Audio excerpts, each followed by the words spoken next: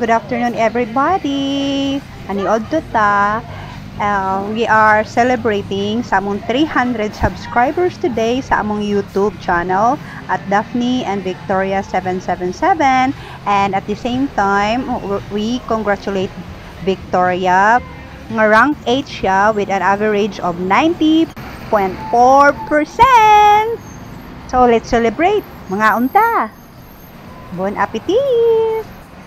So thankful gid kayo ko karon guys kay gibanan ko ni Ninok sa among pagpanood to because ang akong 3 kids dili na ko sila kaya kasi they are super makulit and malikot.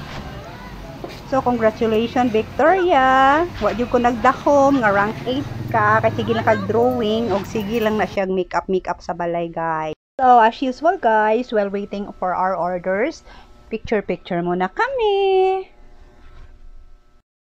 So today's event actually is whole day siya because it's Kids Career Day and ranking ceremony.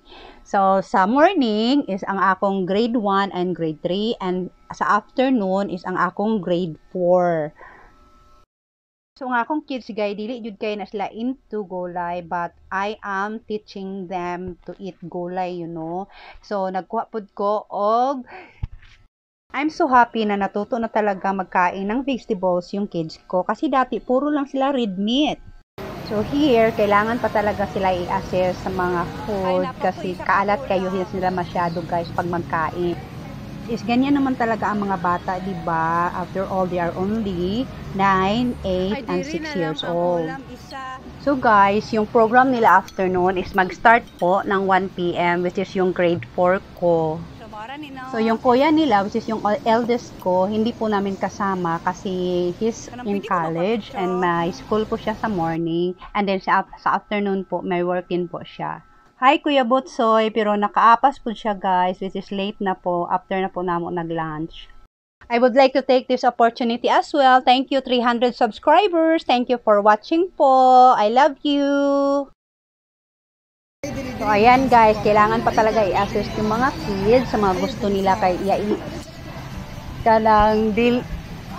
i-assist jud nimo sila sa ilahang food. Otherwise, puro na lang yan sila soft drinks or magbuot-buot na sila na at the end, wala naman talaga silang nakain kung dili jud nimo sila bintayan. Hello Victoria, so happy for you and God bless you always sa mga anak ko. Talaga, if simpre as nanay guys, alam nyo naman na lami kayo sa pamati pag imong anak kanang achiever bitaw.